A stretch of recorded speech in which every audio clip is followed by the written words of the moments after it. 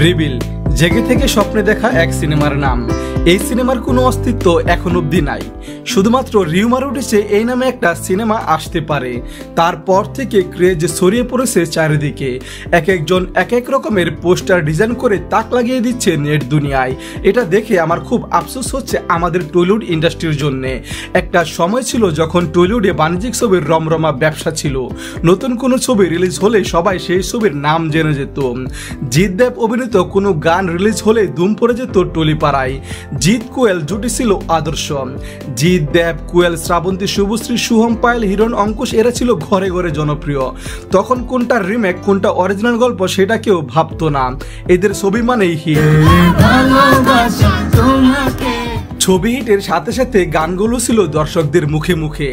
Jeet গাঙ্গুলির music ছিল বেশিরভাগ ছবিতেই। বর্তমানে সবকিছু কেমন যেন বদলে গেছে। টলিউডের সিটি মারা টাইপের সেই গানও এখন আর হয় না। এখন কখন কোন ছবি রিলিজ হলো দর্শকরা সেটা ঠিকঠাকভাবে জানতেও পারে না। জিৎ চেষ্টা করে যাচ্ছে বাণিজ্যিক ছবি করতে, কিন্তু আগের মতো আর হিট হচ্ছে না, গানগুলো ঠিক আগের মতো জমছে না। কোয়েল এখন অনিয়মিত, আগের মতো সেই রাজকীয় হিট তার নেই। শ্রাবন্তীর সেই অতুলনীয় মিষ্টির চেহারা ও দুষ্ট অভিনয় দেখে গেল ব্যক্তিগত কারণে। শুভশ্রী জ্বলে উঠছে অভিনয় দিয়ে, যদিও হিটের চেয়ে ফ্লপই বেশি।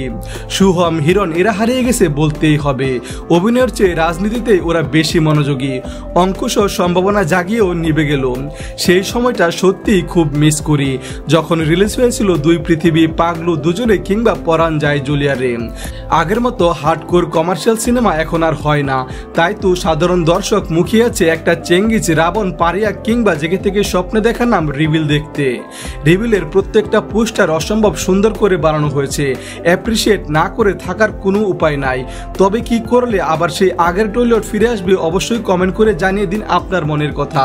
আর আমার এই ভিডিওটি ভালো লাগে একটা লাইক দিন, পাশে থাকার জন্য ধন্যবাদ। Hi friends, don't forget to like, comment and share, and yes, subscribe to Entertainment's YouTube page for latest updates.